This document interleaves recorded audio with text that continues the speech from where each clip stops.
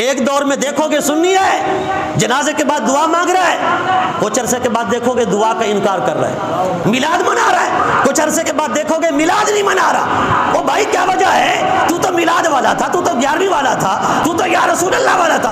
कहते हैं नहीं जी, हमारे पास जो है ना, लोग किससे कहानियां बयान करते हैं, दलाइल तो देते नहीं है। फलां ने तो बुखारी का हवाला दे दिया, फलां ने तो सियासत का हवाला दे दिया।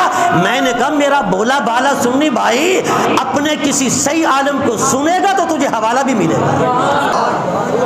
और तुझे लत तो पड़ गई है ना दौड़ू के सुनने की, तुझे लत तो पड़ गई है नूहे सुनने की, तुझे आदत तो पड़ गई है शेरो शायरी की है। शेरो शायरी से तू फारिग होगा, उलमा की खिदमत में बैठेगा और आलम को सुनेगा, तुझे पता चलेगा हमारा अकीदा किससे कहानियों से साबित नहीं, या कुरान से साबित है या नबी के फरमान से साबित है।